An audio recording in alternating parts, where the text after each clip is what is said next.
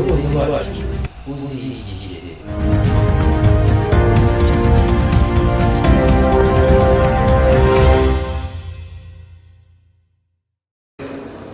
Sebintu yabivuze kare pastor aravuga ngo iwacu ntihazubakwa n'ikintu kimwe. Umupfurere umwe ngo bigeze kuvuga ngo mu Minembwe hamaze kuba ivire, arahakana aravuga ngo nanga.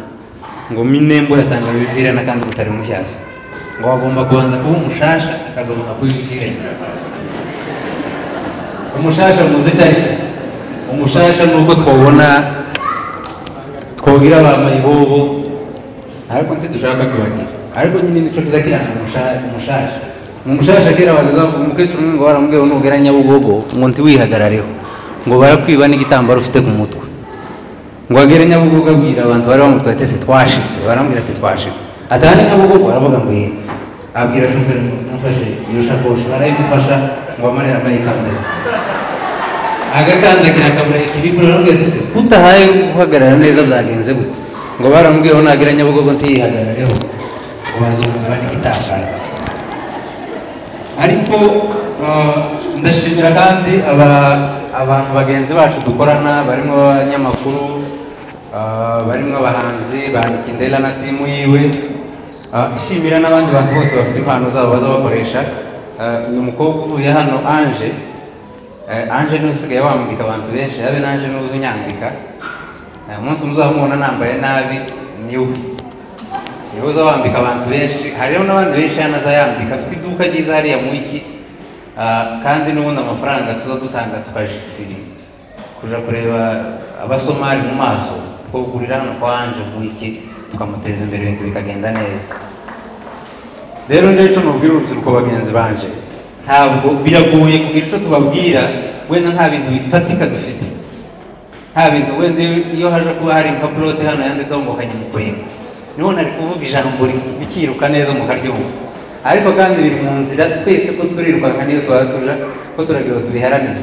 Abantu bafite impano mboneraho gushimira ababyeyi babasha gutahura impano z'abana babo.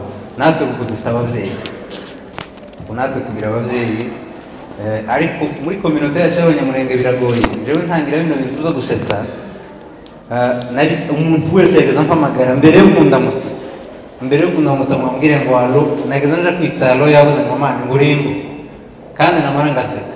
Bari bakwita izina ribi wari ukagishimira ukazuriseka. Umuntu yampamagara ntambwire ko ntumva hari akantu yasize.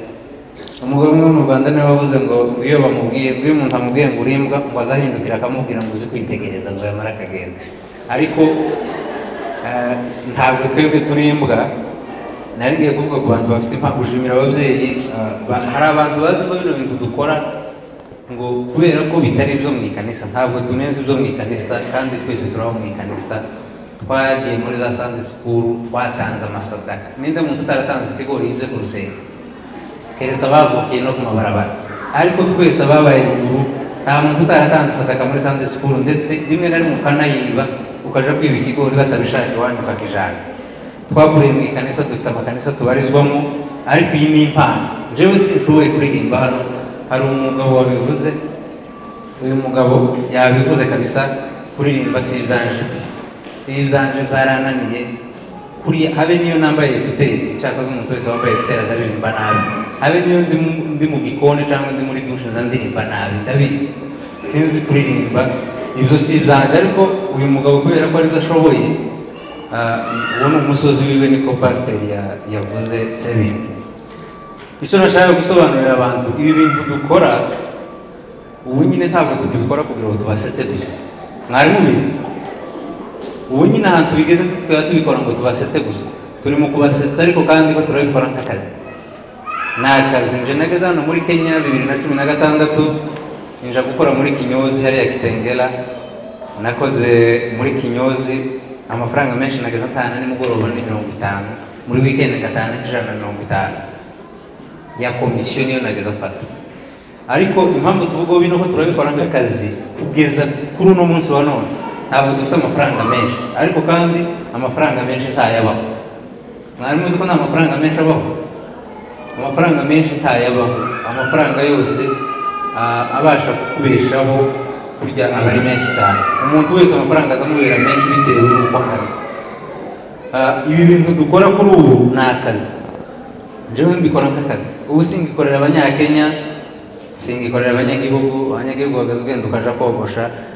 Hari na video yasohotse ngira ngo mwayibonye yitwa ngo ubuzima bw'epfo n'ubwino, ngo nariko mvuge ko ntahandi nino mu mishasha hose. Iriya filime mwabonye ko Nyangotomera yaramereye nabi maje gushaka akazi. Igice cya kabiri muzokibona nagiye kogosha ntabizi ngo nshike uwo nogoshe turabana nshanye muri simisi. Igice cya kabiri niko kizoza kimeze. Nje nakoze muri Kinyozi hano kuva 2016 kugeza muri 2020.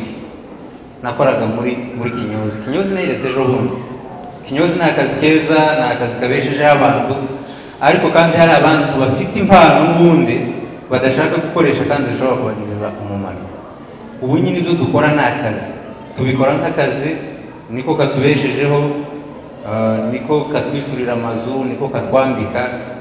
Ubu nyine ni business, byose ni ugutahura. Twabikoze abantu batabyumva, twese tubitangira gutyo nyine abantu twatwumvaga cyane, none guhera nko muri famiye bageza kureba bakavuga ati ese uyu mwana yaba ibiyohotere, urashakira ubwenge, uracatekereza, kugeza aho bageze ubwenge bagera mu batu bavuga bakama baceceka ngo caje.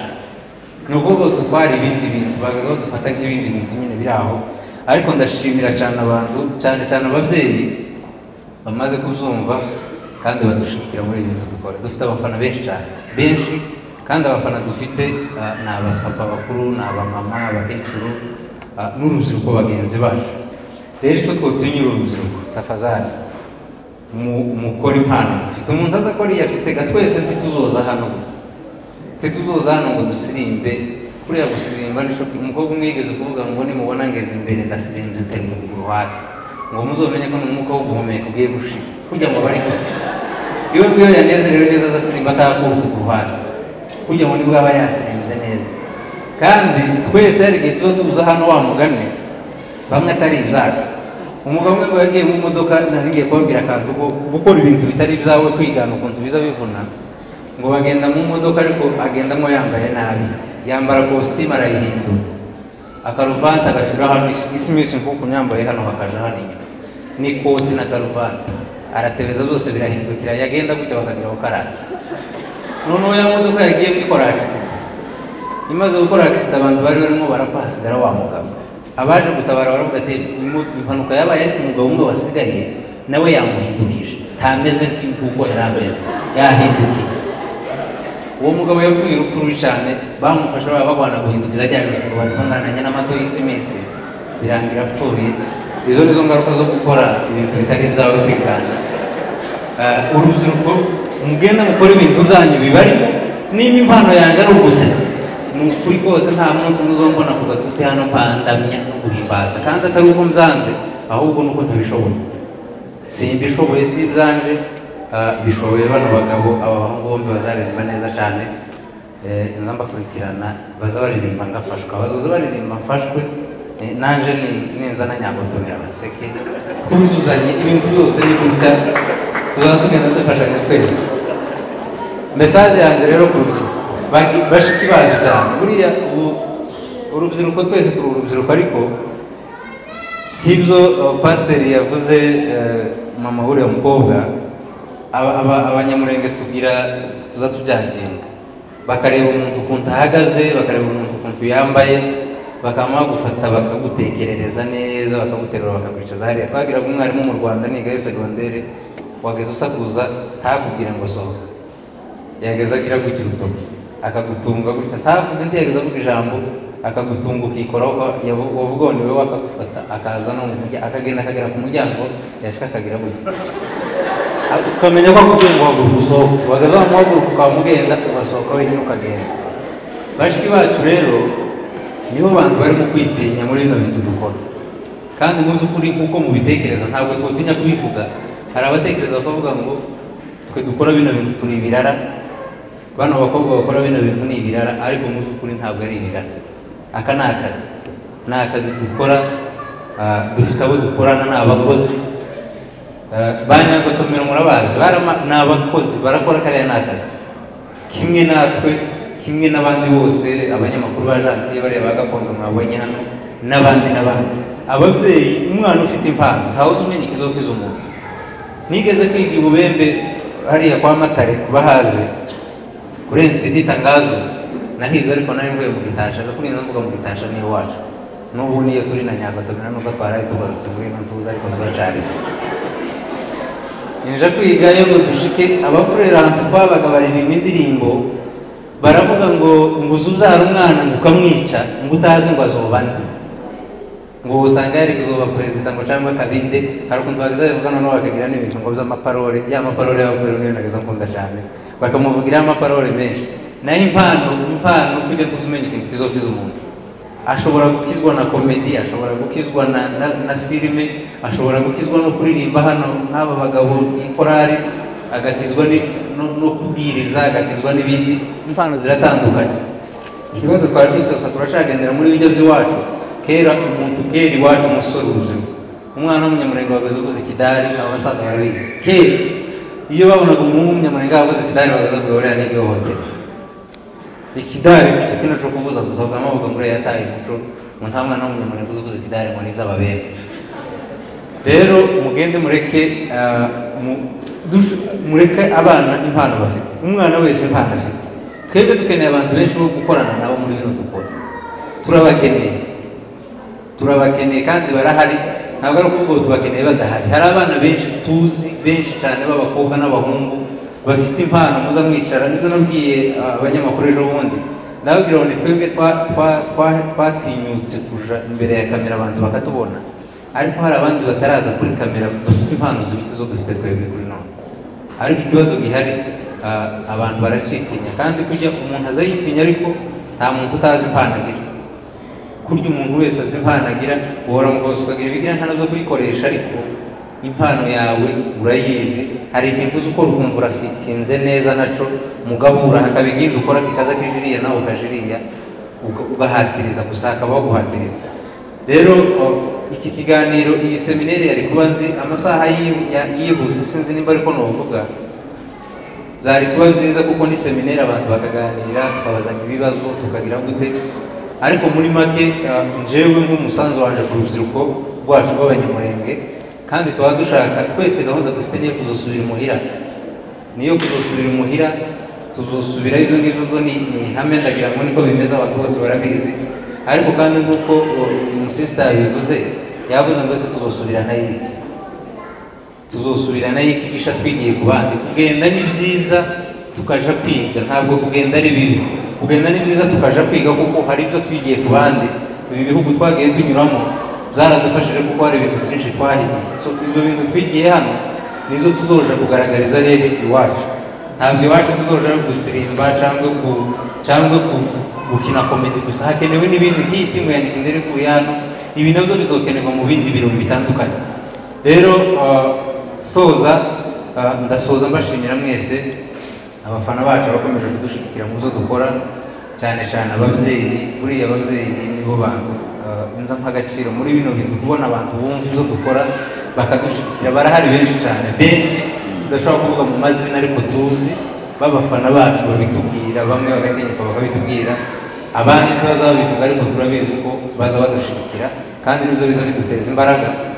Gusa nk'uko babivuze, nimba ufite impano yawe uyikoreshe neza. Ntabwo impano yoba iturufu yo kuyikoreshamo ibintu bitari byiza. Ushobora kugira impano nziza ukayikoreshamo ni byiza, kandi bikaguteza imbere. Iyo niyo yari message uyu munsi. Ntabwo twari twaje gusetsa, twari twaje guheza urubyiruko bagenzi bacu inama.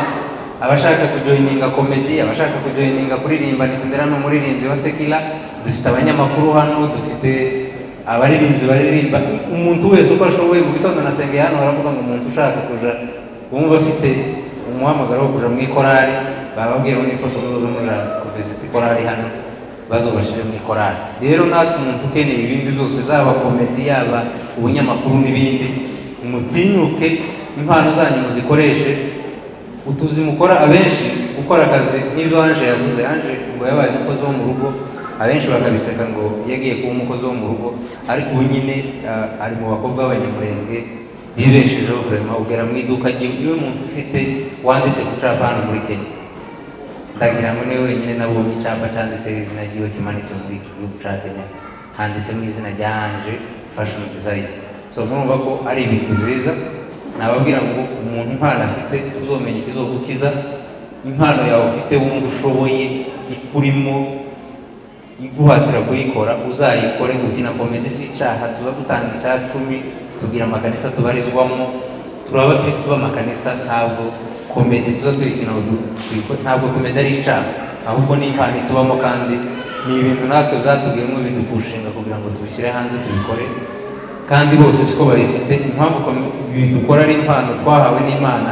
Ndibaza ko abenshi bashobora kwifuza gukora komedi ariko wenda ntibabishoboye. Ni nkuko nanjye bakwifuza kuririmba indirimbo, kuririmba hano mu ikanisa nkarangahimbarisha, ariko izwi ntanyo nyirabyaranze. Niyo mpamvu nahengamiye mu byanje kandi mbihagazemo neza, simfite no kubivamo keretse nzobe ikinene, simpa nabiteganya ariko ndacabirimo. Rero ndabashimiye cyane mwese, Imana ibarinde kandi turi kumwe, mukomeze mudushigikire mu byo dukora. Murakoze cyane. Mureke mbabwire ibintu bitatu gusa soza. Bari babwiye ngo mbaganire ku bijyanye no gukunda igihugu. Ku batanzi, nitwa Sibomana Charles, nabaye umunyamakuru kuri televiziyo y'u Rwanda. Kanyamukwego mwabaye abanyamakuru nyuma yanjye, ndabishima cyane. Nabaye umunyamakuru kuva mu 2000 televiziyo y'u Rwanda kugeza 2006, kandi icyo gihe nitwe twari bake cyane, ndetse hari televiziyo imwe na radiyo imwe. Byari bitangaje, twasaga nyine nk'abantu badasanzwe, kuko ubona kuri hari umukecuru umwe witwa Roda yarambwiye ariko umwana wa Siboma ukuza mundeba ntusuhuze twarabaye. Narasetse cyane kuko nyine nanjye byari gitangaza umuntu uvuye mu Mihunda kuvuga ngo naraje yego mba mu Rwanda ndi igitangazamakuru, ariko naje mu Rwanda nicaye kuri byaryoshye. Shimira ko aba bene data batangiye YouTube kandi zikora amateleviziyo. Hari byinshi bataranoza, hari igihe narimo mbwira bamwe na bamwe ati muzaze rwose twicare mbahugure gatoya, sibyo? Nta mwanya mufite, sinaba kivuze icyo nari nategereje, ariko mureke mbabwire ikintu kimwe. Hari ijambo ryanditse mu itangiriro ibice 25 umurongo wa 30. Mureke tusoma ku kantu kitensoza kandi nimurana tugiye kurangiza. Ninga ufite Bibiliya yera asomera ku kantu, nimara mbabwire bike cyane. Itangiriro ibice 25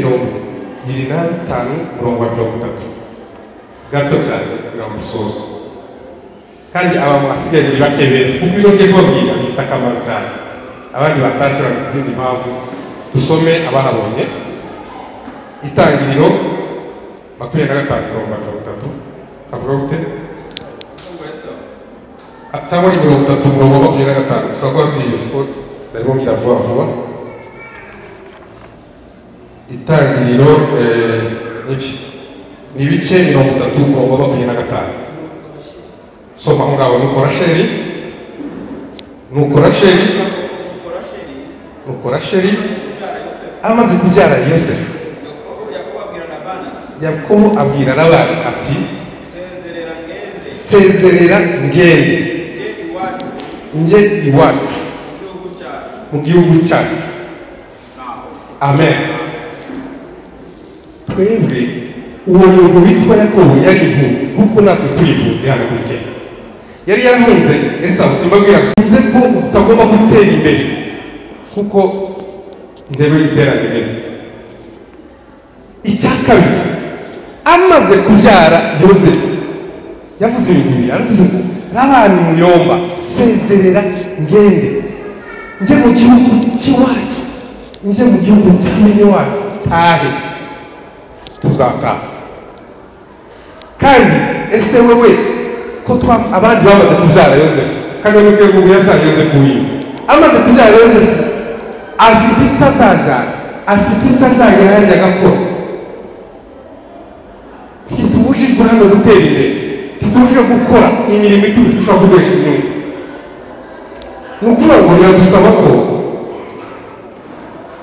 dutera imbere muri byose. Ntabwo watera imbere utagize integration, utegereye abene wacu twasanzwe kuri iki gihugu. ni ukuvuga ngo niba ushaka gutera imbere korana n'abakene, ntukabakorere gusa ariko bakwigisha, cyangwa ubakorere igihe gito kugira ngo uzagere ku byabo. Amen, muvuge ngo amen. Mwarambiwe. Icya kabiri, ntushobora gutera imbere utariyakira wewe ubwawe. Turi abanyamurenge, mwana wawe mutoya, ugomba kwemera ubunyamurenge avec tout ce que ça comporte, n'ibyo bijyana nabyo. Kuba umunyamurenge ni ukugira za ndangagaciro z'umunyamurenge, nuzigira kandi ni nziza pe, zizagufasha mu byo uzakora byose. Kugira iwanyu ni iby'agaciro, gutaha iwanyu ni iby'agaciro, kugira aho ugira hawe ku isi ntibikubuza kuba umukristo, kuko ugomba kugira ku isi iwanyu kandi umunsi umwe ugataha, kandi ukagira icyo utahanye ukuye. Ese Abisirayeli bagiye kuva mu Egiputa batwaye iki? Ntibatwaye iby'izahabu n'iby'ifeza n'ibindi byose by'abantu. Ese babitwaye gute? ni uko babegereye bamenya gukorana nabo. Ese umuntu wamutira ikintu mutaziranye, wamutira ikintu mutakorana? Ntibishoboka. Aba bakenya tubahahe mu bwenge. Niturangiza kubyara Yosefu, wamaze kubyara Yosefu arasezera, umunsi umwe tuzataha. Nta mwanya afite, murakoze, Imana ibahe. Nubwo turi mu by'umuco n'impano z'abana bacu, ariko abari hano bose ni abakristo. Dukoresheje ngo Yesu ashimwe, ndumva nta kibazo kirimo. Ciye bugufi imbere yanyu, ndakoresha umwanya muto ndavuga amagambo atatu. Ijambo rya mbere, ndashimira. Reka nshimire abayobozi bacu, abashumba b'itorero. Hano haba abashumba beza bazi gushigikira abandi bantu, Imana ibahe umugisha. Ndashimira abacamani wacu, Imana ibahe umugisha abayobozi bacu ko muzi gushigikira abana banyu kugira ngo babashe kwagura impano zibarimo.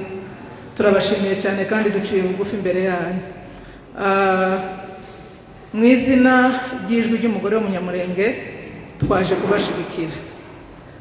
Mbere ndiseguye kuko naje ntinze kubera izindi mpamvu z'ibindi twarimo, ariko umutwaro n'ubushake bwinshi bwo kubashigikira nibyo bitumye mbisiga kugira ngo nze byibura umwanya muto ariko ngeraha. Rero turabashigikiye, dushigikiye impano zanyu, dukunda gushigikira abifuza gutera imbere bose. Ni umuco mwiza kandi w'abakristo.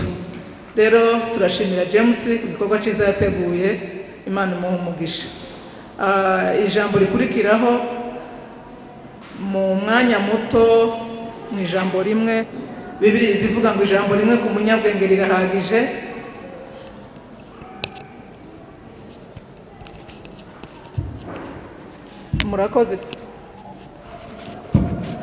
Murakoze cyane. Imbere yanyu ndabizi ko ari mwe banyabwenge cyane kuri twe, ariko reka mvuga ijambo rimwe. Abatari iwabo baba basembereye. Rero nimwe maboko y'igihugu k'urubyiruko, abana bato, wenda ijambo ry'ikinyamurenge ryo gusembera bashobora kuba batarizi, ariko wegera umuntu mukuru umusobanuze. Nta muntu uzi uturiza aho asembereye, ahubwo agerageza gushaka iwiwe kugira ngo ave mu rusembere. Imana ibahe umugisha kuko mubyagura cyane mu bitekerezo byanyu, nzi ko muri abanyabwenge. Ikindi ndashimira Kanyamukwego, impano zose zitari kure y'ijambo ry'Imana mu byanje bitekerezo nzanumva ari byiza kuzishigikira. Urubyiruko nizo mbaraga z'ejo hazaza. Iyo tubabona urubyiruko tubona uko abanyamurenge bazaba bameze ejo hazaza. Niyo tubabona tukabonamo intwari, tumenye ko ejo hacu hazaza hazaba ari heza. Niba tubabona tukabona ari babandi baja mu biyobyabwenge, tumenye ko ejo hacu hazaza ari habi cyane. Rero ni mwebwe, ni mwe dutezeho kuba ejo hacu hazaba heza, tuzabikesha mwebwe. Niba ugenda ukambara ipantaro icitse icikaguritse, umenye ko ejo hacu hazaza hatazaba hameze neza. Hari imyambarire n'izindi igaragaza umuntu, ugahita umubona, ugahita umumenya ataranakwibwira. rero muza mwitoza kuba abayobozi, mwitoze kuba abantu bafite icyo bazatumarira ejo hazaza. Icya kabiri, mugomba kwiga. Ntabwo tuza twiga kugira ngo tubone akazi, twiga kugira ngo tumenye ubwenge, tugire ubwenge. Hari umunyabwenge wavuze ngo niba ushobora gutekereza ko amashuri ahenze, kutiga nibyo bihenze cyane kuruta kwiga. Ignorance irahenze. Rero abana bacu mugende mwige, timuvuga ngo nibyo muri Kenya ngo nta kwiga ngo nta kazi. Nakakandi ufite uhayikora, iyo wize umenya kukamanaginga. Umenya ari umugabo umwe yari afite abantu bari kumurwanya, noneho barangiza abaha amaburse bose baje kwiga.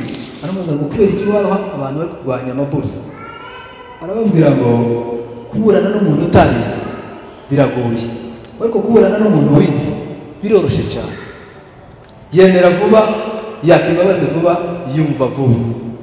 Rero mugende mwige, mugende mwige, mugende muhaguruke mukore. Icyanyuma, impano zibarimo zigaragara. Ubwoba nicyo cyaha gikomeye kibaho, kwitinya, kutagira confidence, ugasanga umuntu aheze ahantu mu nguni wenyine. Mutinyuke mukore. Iyi generation ni igomba kugira igihindura byinshi mu bwoko bwacu. Nubwo twagiye imahanga, ariko hari byinshi tuzahindura, hari byinshi tuzanakora. Mu myaka yose yabayeho, ndazi neza ko muri iyi myaka turimo, aho twagereye mu buhunzi, niho dufite abantu bafite ifaranga nyinshi, izo tutigeze dutunga mbere. Rero hano turi tuhigire, tubamenyere ubwenge, twitware neza kugira ngo ejo hacu hazaza tubategurire uyu munsi. Murakoze. Yewe mpagazanga mu rwego rw'umushinga twatangiye witwa Hadignity Girls Organization ikorera hano Nairobi, ariko mu Banyamurenge hose. No kuvuga ngo twaricaye abana b'abakobwa dutekereza gukora umushinga witwa Hadignity, no kuvuga ngo agaciro cyangwa se respect umwana w'umukobwa akwiye guhabwa. Turicara turabitekereza dushingiye uko umwana w'umunyamurenge w'umukobwa yagiye aba treated, uko yagiye afatwa mu bihe bya mbere cyangwa se uko yagiye abaho mu buzima bwa mbere. Turatekereza ngo tuzahindura ubwo buzima kugira ngo nidusubira muri Kongo tuzasubirane ikintu kizima. So twabitekereje turi abakobwa 7, tuza kubona abatugana bageze muri 60. Urumva ni abakobwa batari bake. Ubu tugenda dukora conferences ahantu hatandukanye. Intego yacu ni ugushishikariza abana b'abakobwa, pana abahungu gusa. So ngewe nari gukunda cyane iyo mvuga abana b'abakobwa bari kunyumva, nibwo nge numva muri nge nyine mbaye free. Ariko kubera ko mbivuze our mom representative ahari, nicyo kintu kinshimishije. Ndamushira muri group, yavuze ko azajya akomeza gufasha abantu bose bakeneye kuba bakeneye ubufasha. Ngenda gushira muri group kugira ngo empowering nyine ukomeze utwigishe, kubera ko nicyo kintu ubu nyine gikenewe. Kubyo chairman yaravuze ngo bagende bige. Twese muri abo bana navuze nta numwe utajya ku ishuri, twese twahurije hamwe. Intego yacu ya mbere no kuba educated, kugira ubumenyi, ibindi byose bikaza bikurikiyeho. Niyo ntego yacu nyamukuru. Rero ntugire ikibazo ngo ntibaziga. Nibatiga, hari abakobwa 60 barenga bari ku ishuri kandi bafite intego gusa yo kuzubaka igihugu. Nibyo nari mfite kuvuga. Murakoze cyane. Ntegura kino gikorwa ntibigeze bangora nka pasiteri, inshuti yanje, kandi nje nawe dufitanye amateka. Yaramfashije cyane mu kumutekereza, uburyo yamfashije nahise mutekereza, navuga ati aje kuganiriza urubyiruko yabafasha, kandi mwabibonye ko yabafashije. Brother Kanyamukwego muganirije nawe ntiyigeze angora, ni umuntu mwiza cyane. Rero frere, Imana igumugisha, kandi n'igihe tuzakwiyambaza, kuko amucifuza canje nuko ino seminari izagenda igaruka, kandi uko izagenda igaruka niko tuzagenda turushaho kwikora neza, kugezaho bene wacu b'Abanyamurenge bagirize iyo esprit yo kwiga, ko ntabwo dukunda kwiga, ibyo zose turabizi, ariko uko tuzabikora inshuro nyinshi ndabizi bizagera igihe rero babikunda. Ndetse abantu bakomeje kumpamagara ngo James, nanga James ni izina ry'abazungu, izina ry'abazungu, abantu baza banyita Ngendahayo. Nje ndambiwe ubukoroni, ndashaka kuba njewe, mbe free. Turabyumvikana, igihe cy'ubukoroni cyararangiye.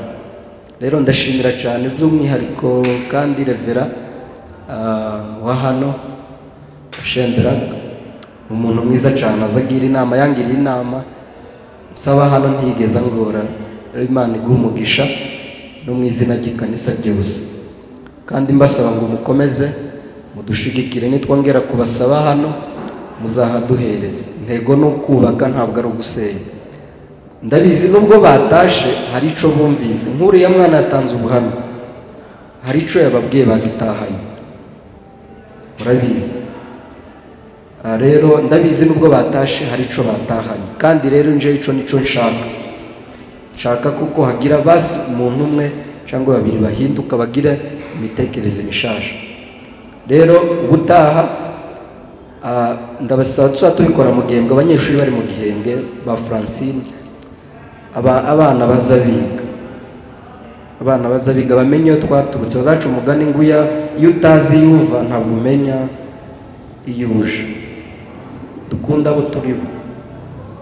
Rero ndabasaba ubufatanye mwese abakiri hano ngo muntere inkunga, igihe nzabiyambaza tuzakorana igikorwa hamwe kizabe kinini kurutaho, kuko ubu nyine isi yabaye imwe. Ibi tuza dukorera hano byose muri Australia barabireba, muri Amerika barabireba. Ukuvuga ngo niba turimo kwiga hano, n'abanyamurenge bari muri Amerika bazaba barimo kwiga, abanyamurenge bari mu Rwanda, bari muri Congo, nabo bazaba barimo kwiga.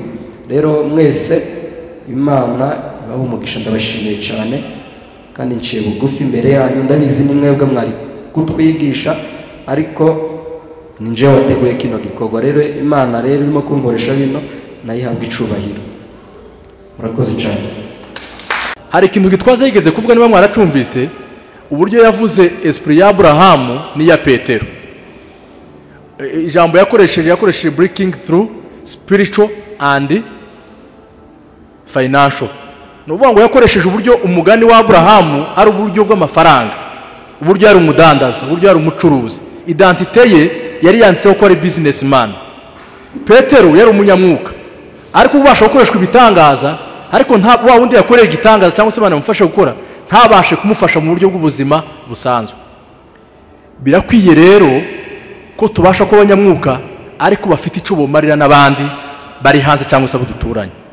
Aba bashumba rero mu by'ukuri ni abagabo b'Imana kandi bafungutse, bafite ibitekerezo bizima.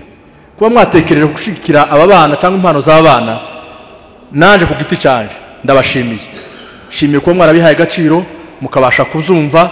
Birakwiye ko tubasha kujijuka tukamenya ikintu tugomba gukora. Icya kabiri, ibyo dukora cyangwa se abana bacu bakora ntabwo ari competition, sama higano, sama rushanwa, ahubwo ni compliment, nukikompleta, nukuzuzanya. Niba umuntu afite igikorwa nka kuri uyu mwana yaravuye kuvuga, n'umwana mutoya cyane, ufite imyaka ingahe? Afite imyaka 20. Ni ikintu gikomeye, abandi bantu bashobora iyo bakibonye baragikopi, ariko twe ko turabimenya ntitubiha agaciro. Turabasapotinze mu buryo bwose bushoboka. Uzagira igitekerezo wese, uzegera abantu bafite experience, bagusapotinga mu buryo bw'ibitekerezo no mu buryo bw'amafaranga bushoboka. Turi inyuma yanyu, turabashigikiye. Channels cyangwa se radio, YouTube zose turabashigikiye, turi kumwe namwe. Njewe reka mbabwira ikintu gikomeye, sinzi ko norara ntarebye Kanyamukwego na Nyagotomera.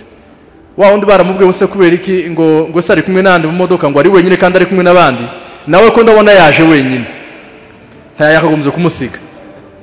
Njewe ikintu cyose gifite impact ku buzima bw'umuntu bwite, bimubeshaho no ku buzima bw'ubwoko, ndagishigikira. Turabashigikiye mwene data Kibela, turagushigikiye. Twabonye ibintu byinshi bikomeye uzokora kandi bifite impact kuri community. Turabashigikiye kandi turi kumwe. Reka nakira umushumba. Imana ya Isiraheli yabicuye. Nari mfite uruhuha.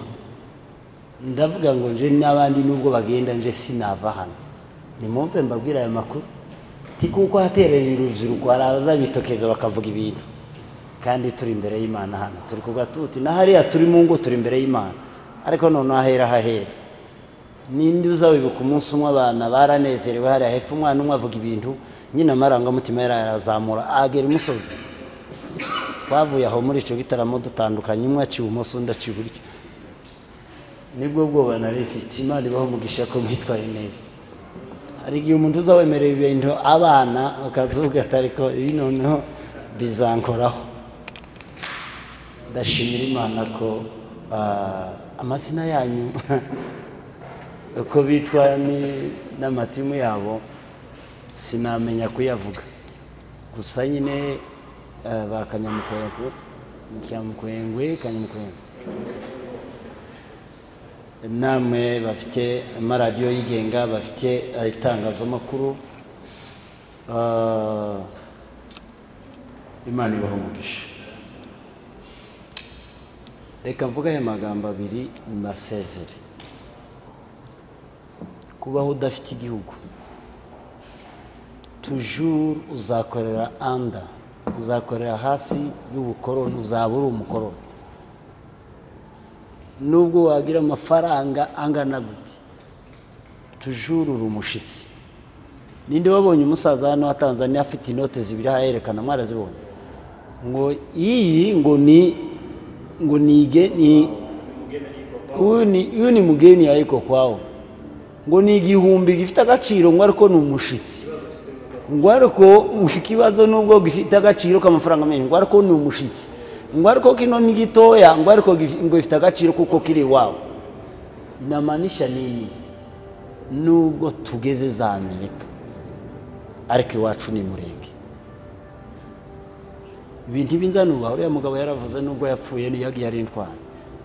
Yaravuze ngo ikintu kiza kimurutira ikindi cyose ni ijuru, ni Imana, ni ubukristo, ni icya kabiri ni Murenge. Gakondo yacu abakristo ni mu ijuru. Natwe gakondo y'Umurenge ni hariya. Ube wigize hehe umanuka uje hasi iwacu ni Murenge, iwacu ni nubwo tuzagenda mu mahanga ariko ntibiziyongere iwacu. Iyo umaze kumenya uriwe ukora ibyo gutwara. James yamenye byari byo ubu wari uyu munsi yakoze ibyo gutwara. Yadusomeye uriya mugabo aravuga ngo kwizera niko kwatumye Mose amaze kumenya uwo ari we bituma yihakana ubwabo aje gutotezwa hamwe n'abandi. Nibyo agaciro nitumara kumenya abo turi tuzakora ubutwara. Naho iyo tutaramenya abo turi niyo mpamvu tuzaturwanira muri korali kandi wowe umurimo wawe wo gutera umupira hanze. Iyo utaramenya uri urwana intambara zitari zawe ukivanga mu z'abandi ukaja mu z'amaturo kumbi wewe ukwiriye kuja kurobiriye epfo mu kiyaga. Nitumara kumenya abo ni uko mutangiye gusobanura. Ndashimira James wateye intambwe ariko nigeze gukora mu Rwanda.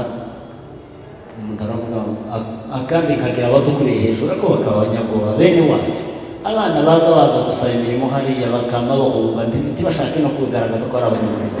Nje ngashika kavuga ngo uyu mwana n'uyu ni mubahe imirimo ibindi by'ibyangombwa bizasabwa mu bimbazi. Ico gihe iyo bamaze gufata imirongo bamaze kuzuza ibisabwa ntabwo baba bakimukuyemo. Naho naje kubyirukamo arasanga bageze kure. Ndekemera kishira igihe cyose uhagaza handura nundure hariya mufata ukuboko umuzamu usiga umwambutsa umureke. Je naje mbibwira aba bantu bose ubu hano hari ibiterane bikomeye abandi tuzabashigikira, tuzakomeza tubashigikire kandi tuzabashigikira kugira ngo ikintu kimuriya mugabo yavuze wabwirije timuzavanga ibintu bibiri. Nimuzanamo ikintu cy'icyamuka kivanga n'ibyo no gupfa muzapfa nimwumva aya makuru n'abana bangiza babwira iyo mbigisha ni kubana n'abana ndabashimira bacyamani muzamura impano z'abana mubashigikire kugira ngo ejo hacu nibarandaranda hano ese babivuze bazataharira bitwe bari ariko wemere uhakwe wemere usumbuke ariko uzasohoke hano ugere hariya urumva nk'iby'ibyongereza muri gusobanura hano hariya hari umwana babwiwe nyine uhawe $700 hariya uri mu minembwe kubera gusemura naco bene igihe singo yakuye muri Kinyuzi baragize agira ngo none ubu ngubu ari mu kuri $1 ashizwe yagazatana igihumbi 2 ku kwezi cya Kinyuzi n'ubu yavuye hano aragaramye hariya niwe karasemurira abamonike n'abanyamurenge karabahuza barabaza